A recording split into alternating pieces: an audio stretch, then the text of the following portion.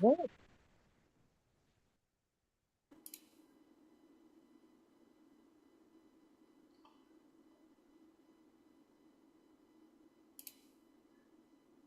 Posting. Who wants to start us off? We should have set that up before we did this. That Jealousy. would have been wise. Hey, I'm just a man. I'm not that wise. So, Jealousy. You want to do the honours, or shall I, for being the person who introduces everyone? well, I think Sarah is the pro here. She's been on this several times. So why don't you take it away, Sarah? Hello. Right. So, are we live? Can people hear us? Hello. Right. Yes, we are. We're live. We can. Hello, world. Okay, it is our International Women's Day Free Thought Blog Polished Sortercast, in which we try and talk about stuff. And today we are going to try and talk about stuff involving the role of feminism and the role of intersectionality in feminism and who women are.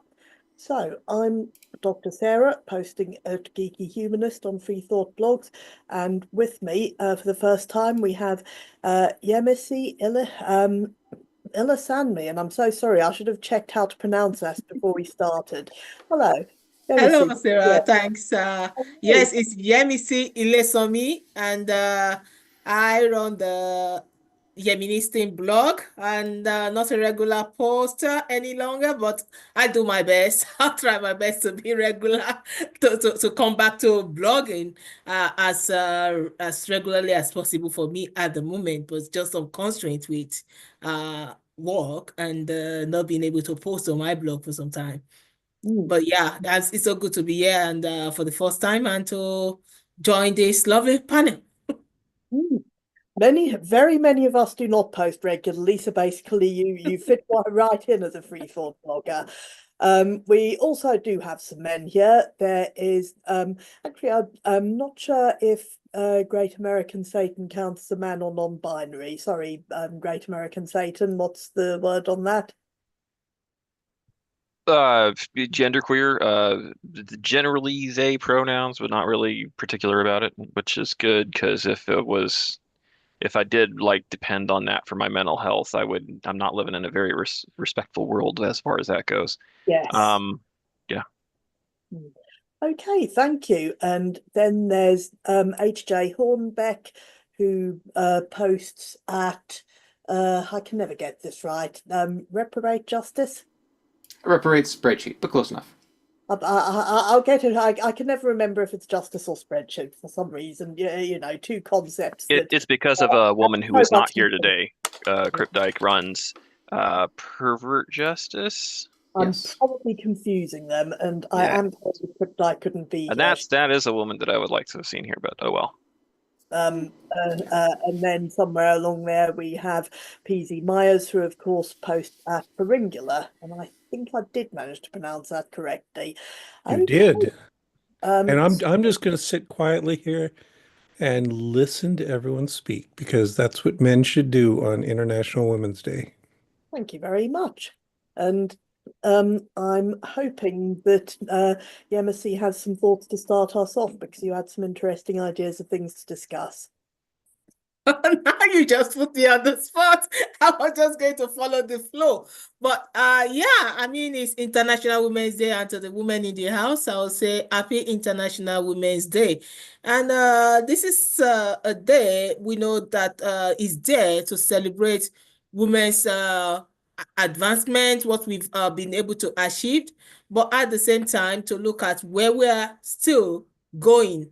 And definitely we still have a long way to go when it comes to equality.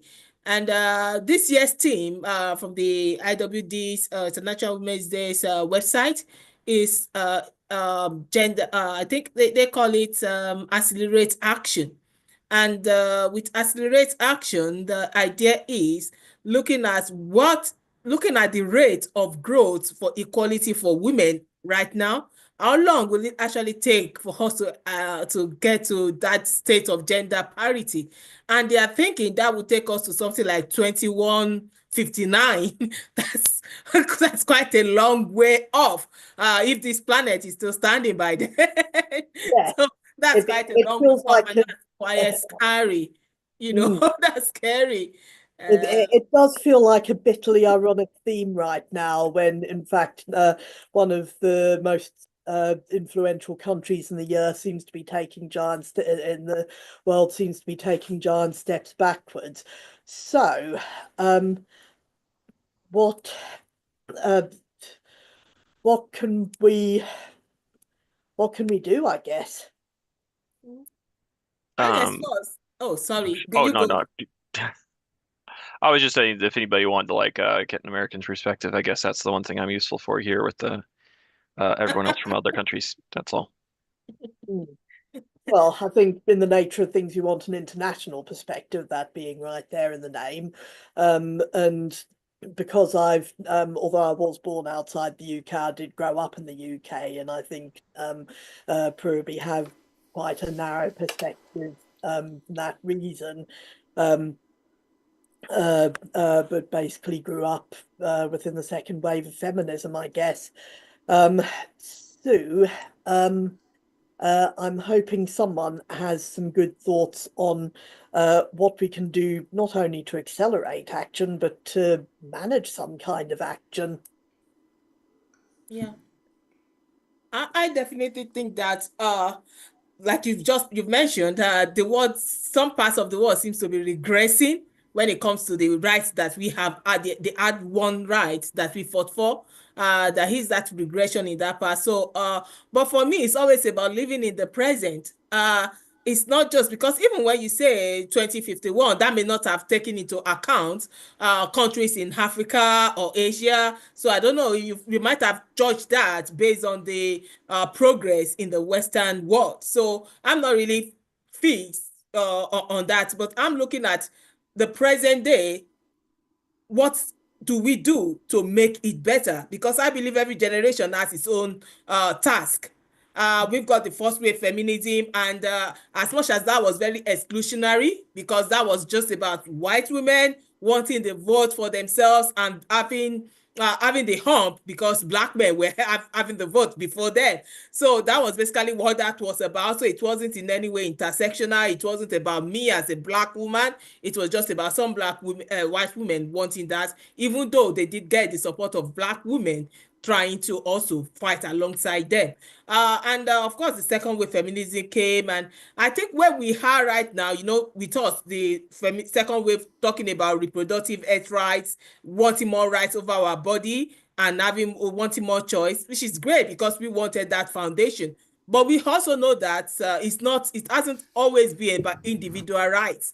It's about breaking that barrier for women, breaking that systemic barrier there. And is that I think we are in this fourth wave of feminism where I like to look at it as more of a social media digital presence thing, because we are in the age of the digital age.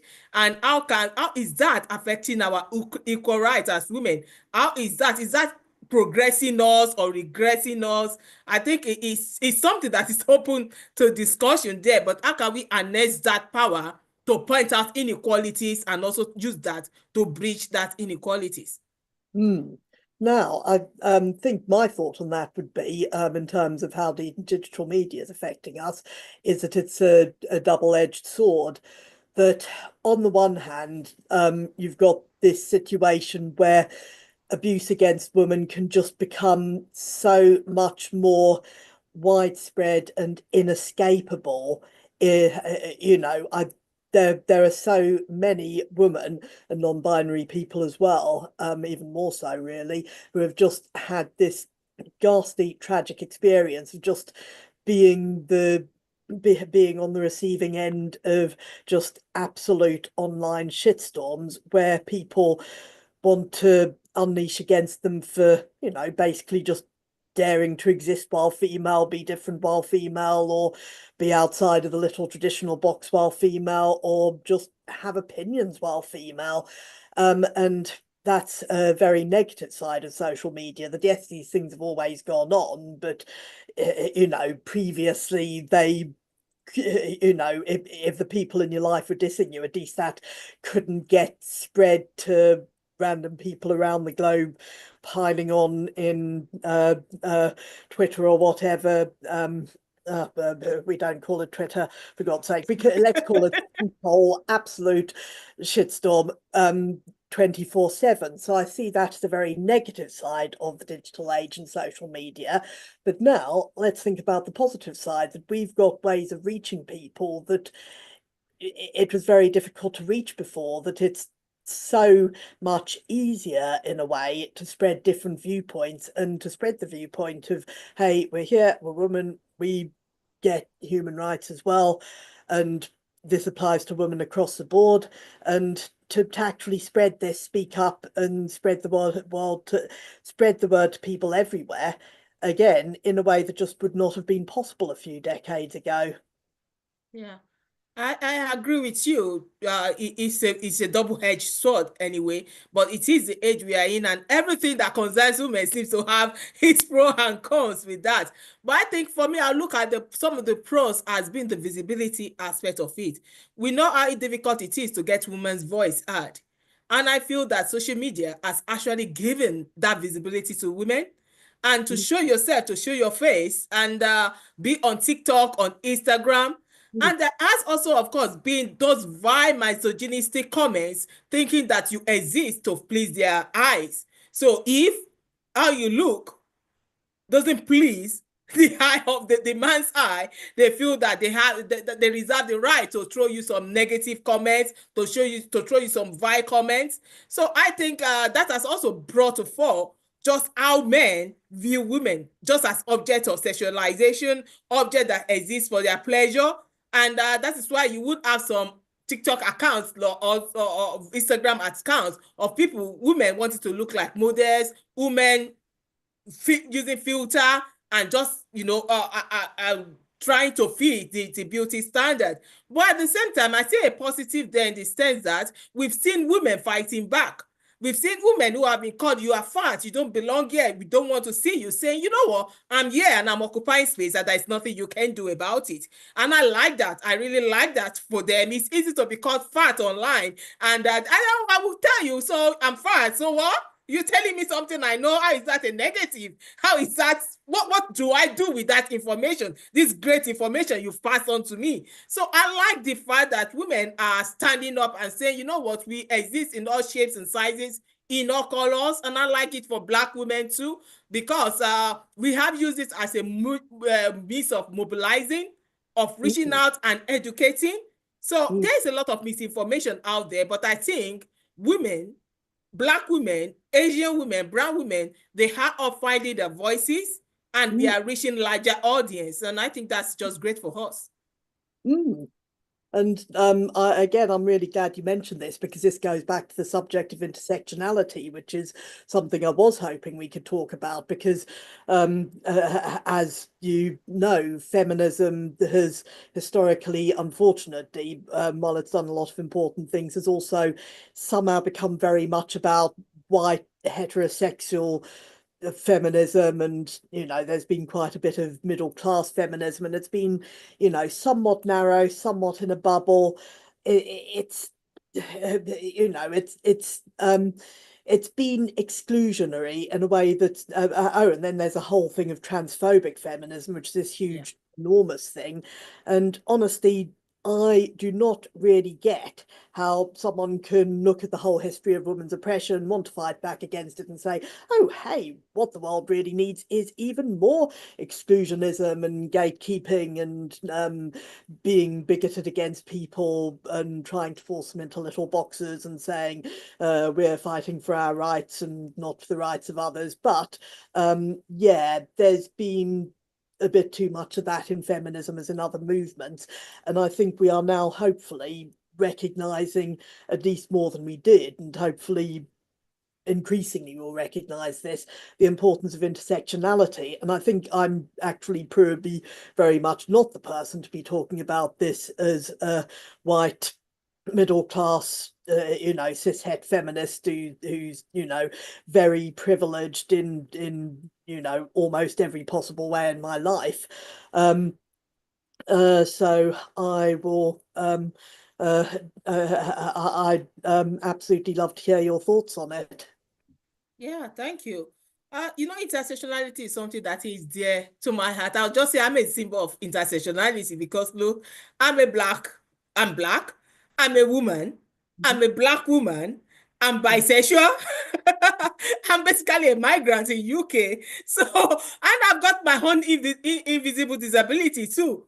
And I'll say, but the question is, I always say that I wear all this art, but I cannot go into a space and expect to just throw some hats out and be one of those things because I am all of those things. So I found that some places when spaces that are supposed to be safe, spaces that I'm supposed to feel part of, they only want to recognize one part of me. So if I am like in an LGBT sports space, they forget I'm black. They don't want to acknowledge the black intersectionality there. And it's all the lens they view everything, all issues is through a white lens, and most of the time white middle class man lens. And I'm like, this doesn't apply to me. I'm here and I've got my personal lived experiences and I know my barriers. Some of the barriers you have that I have that you wouldn't face because you don't have, you are not, you have the white privilege there. And I also recognize that in women's spaces, when I'm talking about women empowerment and all that, in a white space, because I live in Europe, I live in England, it's always a white space, and you find yourself occupying or being the minority in that space because the higher you go in your work, the higher you go, the whiter it becomes. The whiter the flaws become. That is just it. And you find yourself being the black person there. And your thoughts, you are often just not factored into it. You want to be the voice of the voiceless there, but it's so difficult because even the white privilege that you have there, they don't see things as, oh, maybe we need to make some adjustments. Maybe we need to embrace diversity of thought, but it's always maybe what white feminism looks like. And white feminism isn't necessarily what I was brought up with. And one basic of my own feminism is this transcend color, it transcend race. It's about the triple oppression of women: racism, classism, and we have sexism also. And if we can recognize that those three things affect women and it also affects us differently, then we can come together and start breaking some systemic barriers, but also try to talk to actually have that insight as maybe a white feminist, knowing that your feminism shouldn't be the judge of like a black woman's feminism. My ancestors, my mothers were doing feminism in their own way before pre-colonialism, pre-capitalism, and I respect that and I see that, and I know colonialism did a lot of damage to what was there before before all that. So we are building on that just to recognize that space, that, and I also recognize that I am a woman who is not living with physical disability. And if you have, for our women living with disability, they have their own issues too, be privileged to, I may not know about, and I need to listen as a woman to see what those barriers are for them as women. So that is very important. How do we make them feel that how do we provide accessibility, make them feel not in any way less than us, that they can occupy the same space and feel safe and feel as one. And I think it is important for me to try to listen to them and to try to see what I can do. And that is what intersectionality is about. And then, of course, creating that space for our trans women. Because like you said, I don't understand people who are oppressed themselves trying to oppress others. But it has always been the scale of things in life. Oh, I want somebody to look down on. Somebody is looking down on me. I want to look down somebody too and step on somebody. So I think we need to, your feminism must be inclusive. It must include our trans women. And I've always said that I don't understand this issue of you gatekeeping because of somebody's genitalia or reproductive. I've always said I am not my womb. That was the feminism I grew up with. Don't describe me as being just my womb. That is not what makes me a woman. And suddenly we are going back that where you are gatekeeping to say you cannot be a woman because you don't have a womb. You cannot be like, oh God, I have an hysterectomy. Does that still make me qualify as a woman? So it's kind of the world we are living in. We just need to wake up that this is not just individual feminism. We need that systemic barrier broken for everyone.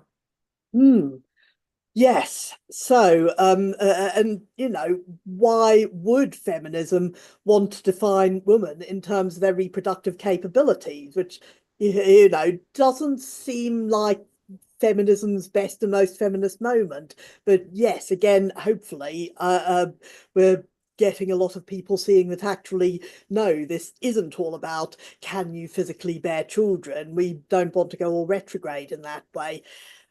In terms of how white women can avoid falling into the trap of being all exclusionary and hello, here we are with our white feminist spaces and ignoring the intersectional needs of non-white women. I don't know whether you've got any thoughts on what we as white women can do to avoid this kind of exclusionism. Maybe it's just being more aware, I don't know, but I'd love to hear your thoughts. Yeah, I think self-introspection is great. If you're truly someone who believes in equality, you need to really be self-aware. And that is this, I think what I've noticed, and it's not just me, is kind of what has been passed, what you have been socialized to believe, that is that inherent socialization that white is superior. You have to accept that is that socialization for you to. It's like if you're an alcoholic, you have to admit that if you are an alcoholic before you can get the treatment you need. So if you shouldn't deny that. You must accept that somehow the media has socialized you to believe that the system has been set up to make you believe you are superior. It has been set up. You have grown up with that. Now, if you are a true ally, if you are really, really interested in shedding that away, you have to recognize that you have it in you to be that. And that is why I've noticed that most of my white women, that they have this sense of, even when you feel, oh, I'm a comrade, I've learned a lot about racism, that is that subtle thing that I am superior to you. We shouldn't really be having the same rank. I like you, I will support you, but not if you are at my level. Not if you are a director as myself at work, but I can support you to be like, the executive director and bring you up, but not at the same level. So when you are at that level, they find it difficult to see you as an equal. They are happy to support you as, oh, I am a good woman, I'm supporting another woman, but they seem to have problem to view you as an equal on the table, making decisions with them. So benevolence, when you talk about benevolence, feminism, or from other women, that's not what I need from you. I need you to see me first, not as somebody you're trying to support, but as an equal, with an equal voice. Not somebody you are mentoring. And I think many white women fall into that trap. And when you come into a space where you are coming in as an equal, you are immediately seen as being aggressive, being not knowing your space. And this cuts across all spaces. It's not just, maybe people who are conservative, or it happens in liberal, right, left spaces. I've experienced that in many left spaces too. People want you to come in as, just show that you are subservient a little, and then we can welcome you, or else you become this aggressive Black woman barging into spaces that isn't actually for you. And I'm always saying that, look, if there is a space there, or no space there, I am going to take my space. I am going to be who I am, and I'm going to make sure my voice matters. But I'm not going to like force you to be powered with me in any respect. But I think people need to just do that self-introspection. That is that tiny bit of you that still feels that Black people are kind of shouldn't be at the same level with you. You are okay with them as long as they are playing a supporting role in your life, not the main lead. And of course, the media has always portrayed the Black women on TV or growing up on your movies as the supporting actress, never the lead actress. So you've grown up with that. You want that supporting friend, Black friend, but not one that is playing a role. So mantle and acknowledge that it actually exists. And it's insidious, isn't it? I mean, you just named a big part of it, which is the way people are presented in media, that, men get the major roles compared to women. White people get major roles compared to anyone who's Black or otherwise non-white. Heterosexuality as a default. It's all these things about how things are presented. Whiteness is a default, being male is a default, heterosexuality is a default, and it perpetuates itself. People see these patterns and just internalize them and don't actually think about them very much. I think the internalization there is something I'd like to add on to there a bit, because it's if you don't mind. Yeah, Yeah. sorry. I think that one of the biggest problems with this stuff is the unconscious nature of it. I do think that it's a challenge to the introspection that you were talking about, that how can you even see this about yourself if it's so invisible? It's really, really hard to notice. And that was actually it's funny because it's like that aspect of like how if you are on an equal level, you'll be perceived as being too much, and you got to dial it down and step that exact same thing plays out between women and men, and is part of the feminist conversation broadly. And then there's just like the within feminism, when you run into that problem with race having the same kind of dynamic, it's I mean, even like feminist men would be like out here going I acknowledge women and stuff like that, but then on an unconscious level they're really not seeing them as fully equal, so they feel the need to like speak more. And if they see a woman that's like insisting on having like more of the floor, then they'd be all like, well, that's nice, but it seems she seems a bit pushy, doesn't she? All right. And so how do you detect the unconscious? I think that Harvard's old implicit.edu, was it implicit.harvard.edu? They had this Harvard had this big project on implicit bias that had this test you could take online to try to figure out what your prejudices were that you might not be aware of. And I think tools like that could be useful in trying to figure that out when the introspection is failing because you just like don't see it. Yeah. So stuff like that. You're very right. It's so unconscious. Like I said, it's just been brought up with it. It just becomes part of your life. And for me as a Black woman, and for many Black people out there, we've had to unlearn so many things because we were brought up post-colonial colonial era where everything is presented to us as white superiority. And we grew up in a culture with our media and everything. Our school syllabus became missionary. I grew up in Nigeria and colonized by Britain. And that sense, that legacy, that colonial legacy was very negative impact on us because I grew up singing God Save the Queen when I've never really stepped foot in and my curriculum, everything is geared towards English, the TV programs. I remember one thing that I felt was really sad was that I started writing when I was in high school, when I was we call it secondary school then, very young. I was having about 14 years old then, and I was writing in my novels, my first novels. I was writing with biro, pen on a notebook, and my mates would queue up saying, "Oh, where's the next chapter coming?" And then when I look back, and I was like, "What exactly was I writing about?" I was writing about white people when I've never seen a white person. I was writing because that was the novels I've been reading, the TV have been, and my novels were based as a teenager. My novels were based on some countryside England when I've never been to, and that means that was what I was relating as perfect. And it's quite sad, really, because all around me, even though I was living in Nigeria in the midst of Black people, I couldn't, in my fantasy, create a story based on that. My story had to be set in England with a Prince Charming and all that. And I said that our psyche has really been traumatized. It has been affected. So many things I've had to unlearn. And we are all going through that journey. I am still unlearning a lot. And I think it is about just knowing that we can't change. We all have that work to do. We have a lot to unpack. I'm willing to do that journey as a Black woman and as a Black bisexual woman, but I also want other people to do their own work, to acknowledge their part in it. Because I've always said my Black history is also your white history. Because I wasn't, my ancestors weren't enslaved. They didn't just enslave themselves. The white people came. That is your history.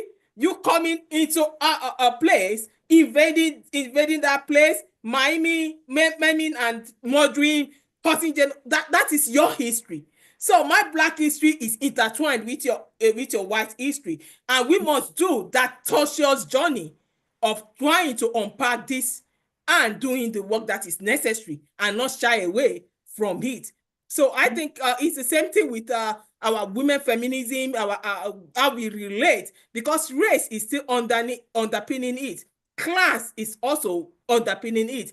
Do white feminists, middle class or upper class, do they see the lower class or the working class women as part of their feminism? Or is this something, feminism, that is reserved just for the upper echelon of the society? Is that all your target? Let's break this glass ceiling so I can be the next CEO. If that is all your feminism is about, then I think you aren't doing feminism right in that way. So I think it's about asking yourself, it is not just about individual empowerment. It is about, feminism is a collective thing. It is collective, looking at all women, not a section of women, but all women, Black, brown, class, religion, non-religious. It's about all women, making sure that we have that gender parity, we have that equality, and the freedom of choice. I've always said my feminism is about freedom of choice. And that is why my feminism will always include sex workers, because I want to do with my body whatever I want to do. If I want to do it on OnlyFans, if I want to not give it to a 9-to-5 employer and take control of my body, that is feminism for you. And it is time we recognize that, because it's just it. We have always asked for the choice, just having that right to choose. If I choose to take it, if I don't want to take it, but I have the right to. And I think that's actually another very good point about sex work, that it's, tied up with all these prejudices, biases, and assumptions. And I think that what in many cases comes from a genuinely well-meant place of wanting to protect the people who are in some way trafficked, victimized, forced into sex work by people or circumstances, etc. And we quite rightly want to protect that. There's this assumption that that would be the only reason why people would want to get into sex work, instead of also seeing it as, in some cases, a choice that women make either through preference or, for one of the main reasons that anyone goes to work, because you need to earn money and this happens to be the best available way to do it. And so we get this paradox that many of the laws that are set up to, or systems to set up to, in a genuine attempt to protect sex workers, because they're starting from this assumption that all sex workers are just poor little victims of men, actually end up backfiring and being very counterproductive and unhelpful. So yeah, that's this whole other thing, that feminism tends to be quite historically quite anti-sex work, when in fact that has not been all that helpful to sex workers. Yeah, that's definitely not helpful. Trying to criminalize sex work, you just placing people in danger. And not everybody is women trafficked. You can't face the woman traffickers, but majority of sex workers will tell you they've done it all willingly. And I see no reason. I mean, if I want to go into sex work now and say, oh look, because the way I see it, I'm giving my brain and my body to my employer 9 to 5. They determine where I can be. They determine that I must be at my desk my body. They own it. So when people say, oh, you can't use your body to earn money, we are all using our body to earn money. So if I want to use it in my own way and get my upkeep from that without being coerced, without being forced, I'm an adult and I should be able to make that choice without people looking down on me. But I also want to be able to make that choice in a safe environment, knowing that the law will protect me if something goes wrong. Just as we have workers' rights, sex workers deserve workers' rights. So that is what our feminism should be talking about, because my body is not a temple for any man. My body is not a gate of pleasure for any man. My body is my body. My body it's not something divine that I must not violate, or that if I must violate it, I must give it out for free. So I don't get that logic. So we need, as feminists, I expect that this will be something that is so clear to us, because this is another way of policing our body as women, determining that you cannot give it out at your will. You cannot having paid for sex or showing your body on OnlyFans, whatever, is degrading to you as a woman. Oh, but it's okay for you as a man to look and take. I don't get that. I think as feminists, we shouldn't engage in slut shaming other women or poo-pooing of the choices of other women when it comes to what they do with their body. I think if we keep on doing that, we are only being impediments on our own progress. We are part of the people oppressing our gender when we look down and we talk bad or online or whatever, degrading women just because of maybe how they dress, how they look, the type of work they do. We are not making progress. We are regressing our own rights. I think quite a lot of that, or from what I've seen, comes from a genuine inability to see that people have genuinely different feelings about the idea of using sex as a way to make money. That there are a lot of people who just would, who see sex as something quite personal and just absolutely flat out would not be able to, for themselves, handle the idea of doing this as part of a job in the same way that, for example, you might be cleaning floors or writing paperwork or anything else as part of a job. Some people just cannot see sex in the same way, and that is absolutely legitimate.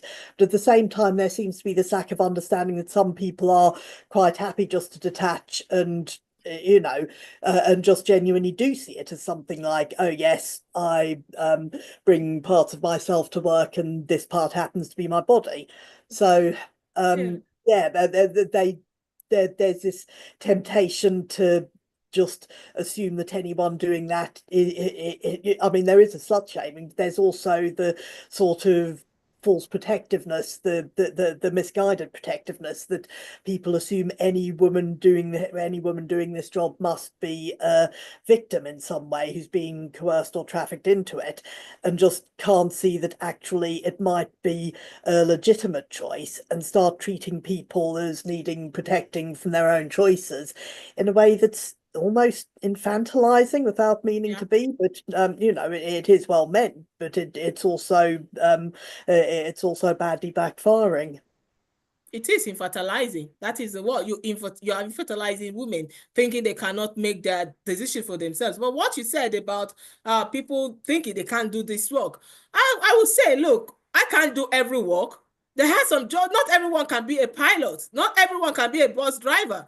Not everyone can be a cleaner. Not everyone can even be a doctor. We just, some of us just don't have the stomach for it. So for a work to be valid, you don't have to feel like, oh, I can do it. I can do it. That's not what makes it validate a job. If you don't have the stomach for it, maybe you don't even have the stomach, like I said, to be a rocket spaceman. So a rocket space person that is different. So I see that it's their choice. It's not for you to decide whether, if you can't do it, then other people can't. That's just a wrong angle to look at it from. Just ask yourself, do you want to be a CEO or whatever? If you can't be all things, you don't even want to be all things. So yes, sex work, if it's not for you, no problem. stay in your lane, but just recognize the agency of women over their own body. Don't infantilize them. Don't make women victims. Don't make us unnecessary victims. For me, I may not have the stomach for it, but I recognize it's about it's not about you, it's about others. So don't make it about yourself. And that's the problem. People just always want to make it about themselves because this doesn't appeal to you. Like I always said, look, if I want to go on a diet, I'm not going to force you to go on a diet with me. But if you're also on a diet, I'm not going to force you to eat my ice cream or my cake. Just it's different, you know. And it's the same way they look at if you're gay. They'll be, oh, I don't even understand how you can do that. I can't do that. It's not about you. It's not about you. I think we need to understand that not everything is about self-centralizing yourself in people's lives. Yeah, saying it's about recognizing women's agency, that's just it in a nutshell. For sex workers, recognize the agency of sex workers, and let's turn to the wide variety of different types of sex workers, a woman doing different types of sex work, or non-binary people, or to some extent men doing different types of sex work, to look at what's actually going to be helpful in terms of laws, protections, and so forth, that's not going to backfire by making assumptions about sex workers that aren't valid. Yeah. Anyway, yes, I think on another subject, I think H.J. Hornbeck was mentioning wanting to discuss gender gaps in labour outcomes. So I'm just going to briefly turn the floor over to HJ for a few minutes. Sorry for that, but the talk earlier on about, what can we actually do? Although that doesn't seem to be quite coming through. Is your speaker working? Try that. Am I a bit better? Just very quiet. I mean, you're audible, but just very, very quiet. Yeah, I can't hear you properly, but I can hear that you are saying something. Yeah, you're right now. Okay, is that better? Maybe the volume, or maybe get closer to it. It's really very faint. Yeah.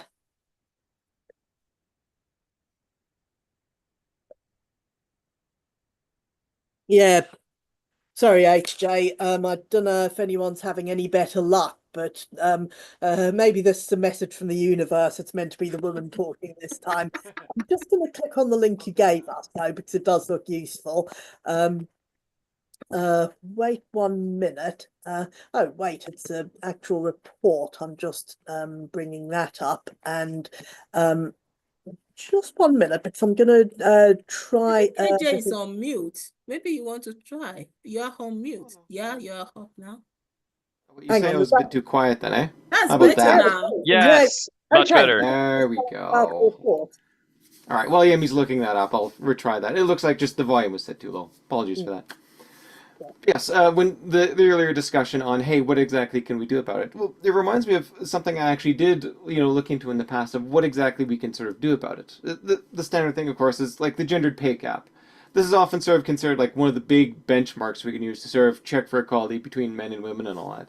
And there's all sorts of subtle things associated with it, which I somewhat disagree with to the point. But the thing is, though, what exactly is driving this? Why is this such a large, persistent thing? And a lot of it actually boils down to something called unpaid care work. There is a stereotype within society that women are the one who look after kids, that it's women who look after the elderly when they are sick and in need of that stuff. And actually, we orient basically our entire economic system around that. When you look at, okay, well, you can look at the numbers. Okay, women are sort of being funneled into part-time jobs, whereas men are occupying full-time jobs.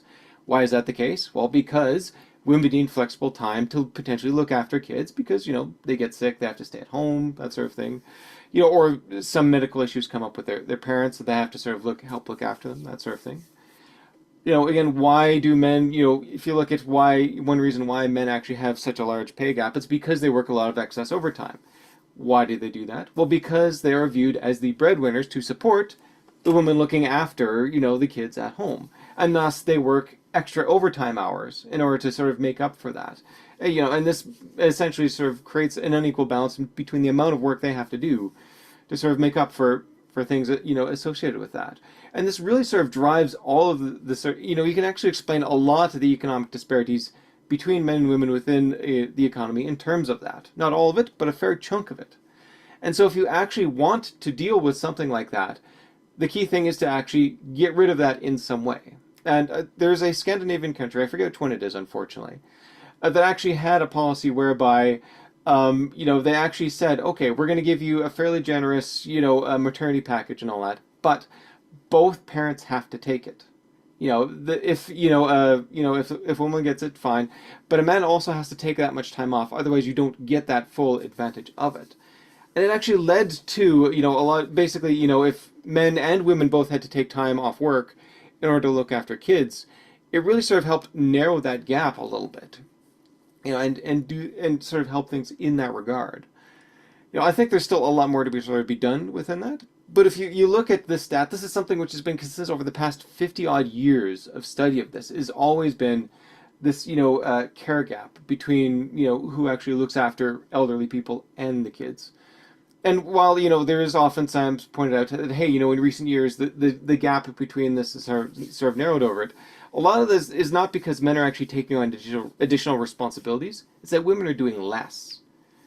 They're sort of, crawling back and, not sort of, really putting as much work in because, they're already overtaxed in that regard. So, if you want to actually try and tackle this problem, I think that's your main thing. So, paternity leave in particular, make sure it's nice and fair and balanced, and push through, differences within the workforce to actually try and balance out the load and try and prevent the sort of imbalance between one person staying at home and the other person being the provider and all that. The more we do that, the greater the change it will actually make within society within these gaps. Yeah, I do agree. I do agree that I think it's just being the basis of feminism and women's rights movement about the unpaid work.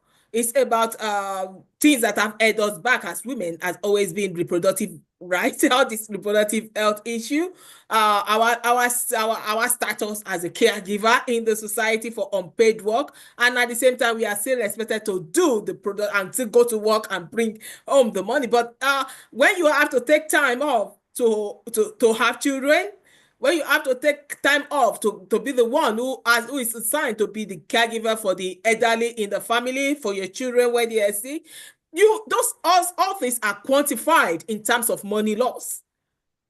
But people don't see it as money loss. It's just you being a woman. So it is unpaid labor. And while you are there taking time off with after a 9 months pregnancy, even during your pregnancy, so many opportunities will be taken away from you at work. Oh, she's pregnant. She's going to go on maternity leave anyway. Oh, we can't burden her with this. Let somebody else take that role. Already things have been taken away from you that have financial consequences. And then you go into your maternity leave, you are the sole person. You are not the only one who has a baby, but you are the sole person responsible for that caregiving and taking that break. And that also is quantifiable in terms of financial loss. That is never really accounted for women. And then you think, oh, why are women not the same level as men? Because we have a lot of things that we are contributing to society in terms of our reproduction and caregiving duties. That shouldn't be just our duties anyway. That is just unpaid labor that we are giving out there. So it's about recognizing that unpaid labor. And you're right, it's not that as if women are doing less now. It's that we are basically paying other people to do it. And a chunk of the money that we are earning is still going back to daycare, and going back to care home and all that. So, but then you are struggling. Because this is just like the standard that you are expected to do it as a woman, and it's part of what we are fighting for, equality. And paternity leave is a key factor to this too, because it's recognizing that it takes two to tango there, and it's about recognizing that men also have the duty and also the right to bond with their newborn babies, and to also take part in that caregiving for that newborn baby. So it's a step in the right direction, but we've still got a long way to go, because how do we address this unpaid labor? And that unpaid labor includes what you lose when you actually carry a baby for 9 months. We do lose a lot. And I think, again, so much of it comes down to the assumptions and the fact that we tend to fall into the patterns that we're used to, that we think in terms of women being the ones to take time off, women getting maternity leaves, which is good. That's a huge step forward. But at the same time, you know, if two parents are allowed to take leave in the UK, then the maternity leave available will be substantially more than the paternity leave. And I'd like to see a lot more couples where there are two people involved in creating a new child actually sitting and thinking, well, which way does it make most sense to divide the work up in terms of who's taking a career break, or are we both going to go part-time, or what? And I'm lucky in this score in that purely, very much actually by chance, I was in a situation with my husband where he was the one who was able to take a career break several years while our children are small. So I did take a short maternity leave. Actually, I suppose by US standards it would be a long maternity leave, but I did take a maternity leave with each child. But for the most part, he was the one full-time during those early years, and that happened to be what worked best for us. Just as when he'd gone back to work, it happened to work best for me to be the one who went part-time, because those are the natures of our jobs. He had a job where he could get away with taking more of a career break than I could have taken and still got back to it.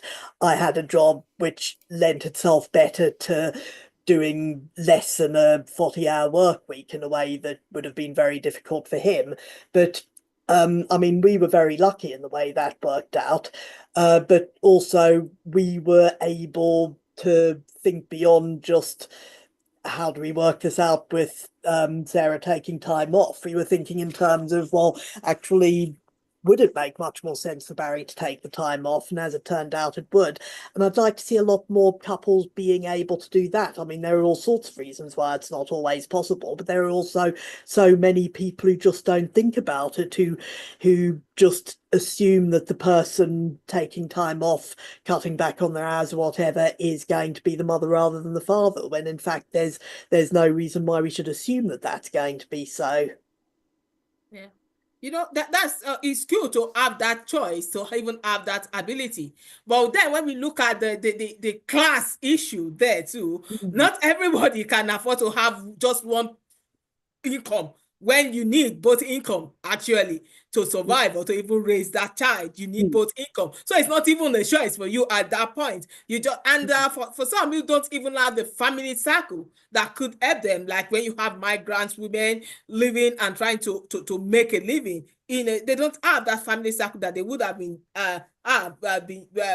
been opportune to have if they were back home. And you just find that they need that stream of income. So we've got to, having that paternity leave, having that choice, thinking, having the opportunity to actually think, do I take it, or do you take it as a father, or do I think that itself is a privilege not many people have. And I think it's time we start looking also at other things that will help those who don't have that privilege. Is it about providing the money or the financial assistance? Because I think shared bearing and caregiving is something you are doing for the state. It's something you are doing for the society. You are replenishing the society. So if all women decide that we don't want to have children anymore, and then you deplete the workforce, then you have older workforce and all that, that could be a strike. So I think we are replenishing the society, and maybe it's something we should really be paid for to do. And there's this huge case to be made for parental leave, and which in fact nearly all countries in the Western world now have, on the basis that this is something that's actually necessary, making it possible for people to have children and take care of them. This is part of the work that needs doing in society. And then there's the whole thing of having supportive daycare so that people can couple having and raising children with getting on with the work that they need to get on with. There's all these different parts to it, but yeah, it's something where it's necessary to avoid starting from a place of assuming, well, of course, women are going to be the ones to take time off to care for the children, A, because it's not very fair to do it that way, and B, because as you've pointed out, the idea of anyone taking time off work to care for children is in itself a certain very privileged uh, way of doing things. Agreed. And I mean, the policies that we're talking about aren't major changes. So one interesting study I saw just recently is they studied lesbian parents, where one of them actually went on parental leave to sort of see what sort of effects there would actually be. And it turns out there's the same sort of, penalty for leaving, the workforce to look after your kids that there was, for that we see for, women in general. I mean, obviously lesbians, women, yeah, you get the point. So this sort of implies that it's actually a policy that we've got to change, basically, society-wide. Exactly as you two were saying, if we change this policy such that people are not punished for doing something, looking after kids, which is, I think we can all agree with in society, a good thing to do, then, we've actually benefited everybody. Not this is just, oh, we've benefited. Well, we've benefited everybody. We've made our society a better place. And that's how you could pitch it to somebody who's very much like, oh, well, we're just giving special privileges to women. And no, it's not. It's helping everybody out. Sometimes by helping one group, you can help everybody. That's an important distinction. Yeah, that's the thing. But I don't think it should be. I think we should be thinking more in terms of parental leave, not women get more leave because they happen to be female. I mean, yeah, you have to balance that against the fact that most children come into a family through being born there, and one parent's going to have to physically take some time off to recover from the birth. And also, if you're looking at breastfeeding, which has its advantages, then only one of the parents can do that, a heterosexual couple. But those are those factors should not be the be all and end all of working out how do two parents who have created a child between them arrange the job of balancing care of that child with the need to earn a living and keep footholds in their careers for the future. We shouldn't just be starting from the assumption that this is going to be a woman's job to do within the family. Yeah. Please not treat pregnancy also as an impediment to my career. Not see it much as an impediment. Let me know I'm financially compensated for carrying that pregnancy because I'm doing the society a whole lot of good, bringing that child in. So yeah, I think we people lose, women lose a lot when they're pregnant, and they lose some status at work. And when they have to take that break, career break and all that, it does in fact impact on a career. That's the truth. It does impact. So it's not just even the caregiving after birth, it's the impact of that pregnancy. And even your employer see you as, oh, this person will be taking time off, so maybe not somebody I should fully invest in. And yeah, again, that's a problem that's not got an easy answer, because you are always going to get a situation that in workplaces where if someone is taking time off for whatever reason, then yeah, pretty naturally there's a tendency to invest less in them than in the people who are going to be there continually. But how do we balance that against the fact that if some people don't take some time off to actually gestate and give birth to new humans, we're going to run into some pretty major problems a generation down the line, and there's no one to take over from us and start doing the work. Maybe science will really solve that problem for us once, maybe where we just, no one has to carry that pregnancy, just have it in a tube, that just put it there, and it's everyone's problem, not just my problem. So I think that would be a pretty remotely close to that. So yeah, sadly, I don't think that is going to solve it.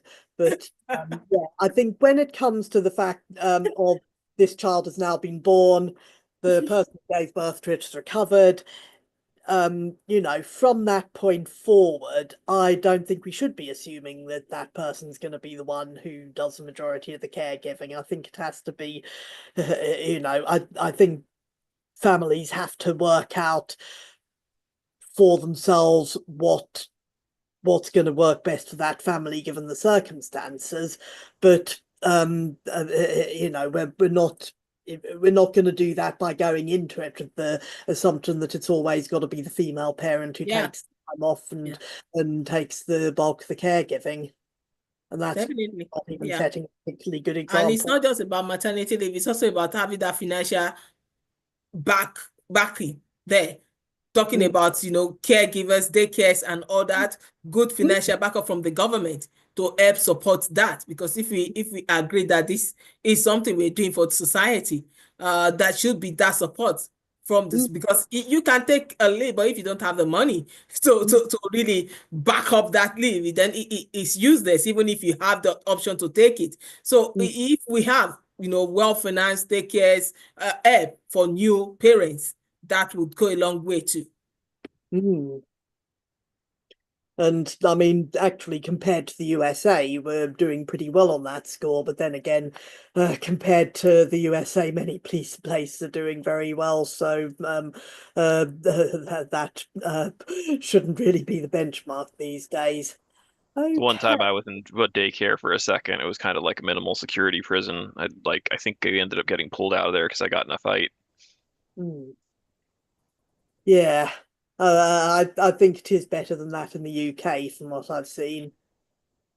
This is better, but it is still expensive because many people getting your child to take it is like paying through your it is a very expensive. It is available, but it is very expensive. It's a big thing for parents. It is.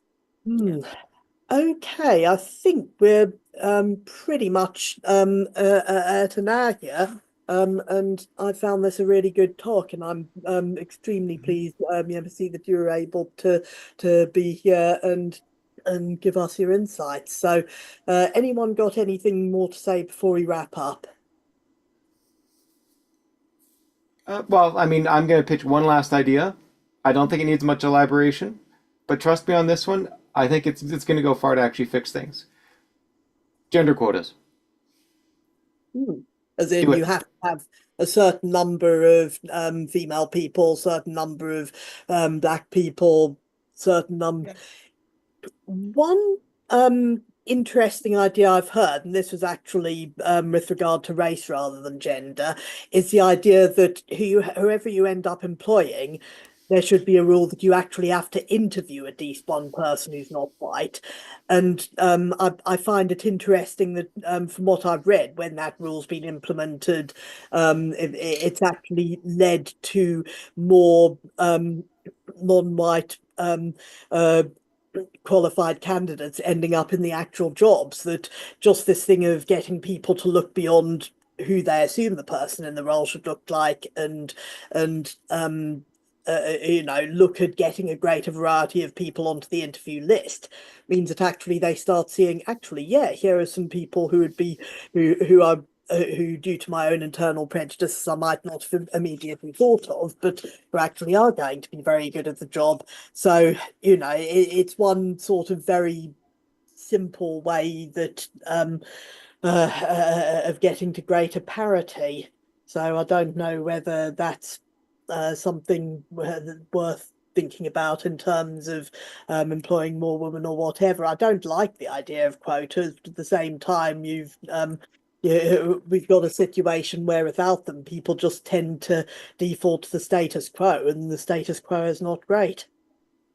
I think we've always had, at least I know back home in Nigeria, and just not just Nigeria, everywhere then before even moving to the UK, we've always had gender affirmative action. There was a time, I think I grew up with at the time, my feminism in my early 30s, it was about gender affirmative action. I was really an advocate for that. And I could see that in real life, how that has changed. things, because that way you're not saying, you're not plucking people from off the road, but we're saying, I remember when I was working with the Nigeria Labour Congress, then I was a gender officer, and the thing I was talking about that was gender affirmative action in trade unions. And you come into trade unions, for example, and you see all men, and he's got this thing that is all for men, it's for old men and all that. But women they are workers. They deserve to be in the decision-making body of that. And if you want to make that change, you must carve out to say maybe 30% of your activities, any trade union activities, any list you're doing any list you're submitting must have 30% women on that list.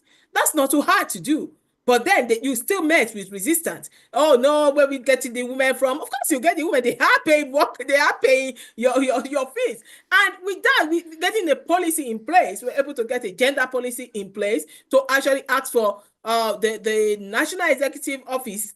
There must be a standard vice president who is a woman. One of the vice presidents must be a woman, and that has to come from the chairperson of the National Women's Commission. So sometimes you have to put those structures in place. There wasn't a National Women's Commission, but I started, and we had the National Women's Commission. From there, we had a standard, at least, that we always be a female vice president, a woman vice president there. And I've gone to replicate something like that too when I was in the International Trade Union Confederation. I was a chairperson of the youth committee, and you want young workers represented, but none of them is represented in your decision-making body.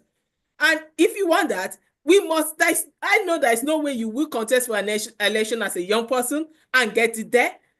You need to have some structures to actually push people there so that their voice can be represented. You are not just putting that person, you're putting the voice of some voiceless people in that decision-making body.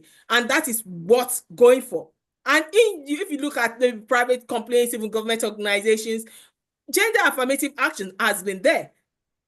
When we now have more women maybe working in government and all that. So we have done that. But where we always run into trouble is when we say, oh, let's have the race affirmative action, let's have 30 people. No, then people kick off. And I'm trying to remind them, actually, we've done gender affirmative action and it has worked. So why can't it work with race and not why the hula about it being race? But yes, affirmative actions are a great way of getting people there. And it's not because you are not getting people that are less qualified. You are getting people that wouldn't have been given the opportunity at all to even get near the place. They are probably doubly qualified than the white people you have there, than the men you have there. But the system is built against them. That is what we talk about, breaking down barriers. And we're not in an equal playing field. So you can't all ask us to start on an equal playing field. Even the interview questions is geared towards a certain person who look this way, who write this way, who speak this way. So we need to uncover that first to make sure we are really meeting people. We're not interviewing or employing people in our own image. And we must acknowledge that we need to carve out one of the mechanisms is affirmative action. And it is I've always been an advocate of that. And it's a way to force people to move out of their comfort zone and look at diversity. And if they have to, if it's a mandatory thing for them to do, then we will see that diversity coming. And from what you're saying, it sounds like a big part of this is doing this at the trade union level, and then that spills over into the employment level. And that's, thank you, that's a really good point. Okay, it is about time for us to wrap up. And as usual, I'm just going to go through and get everyone to say a few words about themselves and their blogs, starting with you, MSC. Well, like I said, I write the Yeministing blog. I haven't been writing much, but I'm really trying to see. There's a lot I would like to write and talk about. Some circumstances, working in government and all that could have limited what I can say, but there's still a lot there that I want to share, and I just want to get myself in the right headspace to share with you. And hopefully, just keep your eyes peeled. Don't take your eyes off the blog. I will be coming back soon. But I can sympathise with having to be in the right headspace, and I do hope to hear more from you. And I'm absolutely delighted you're able to be here on the podcast today. Thank you so much. Okay, Great American Satan, want to unmute yourself and just say a few words about your blog? freethoughtblogs.com/GAS. Life's a Gas, the official blog of Bebe Melange, formerly Great American Satan. And unlike everybody else here, I blog regularly. Okay, HJ. Yeah, I've been promising myself to blog more. Work then got crazy, and yeah, whatever. Anyway, H.J. Hornbeck, reprobate spreadsheet. I'm going to be talking a bit more about the issues facing transgender people over the next little bit. I'm going to be switching to something a little bit more technical related to social media fairly shortly, I think. But in the short time, I'm going to be sort of venting on that. And if you want to find more of me, go over there. And PC. Hello. Yes, PZ. You also do an extremely good job of blogging regularly and frequently, and I am impressed. But you seem to be muted. You are allowed to unmute yourself for this bit. We're going to let you speak. You there? You don't want to hear from me. Well, you are a giant spider. That's interesting. Yeah, that's the ticket.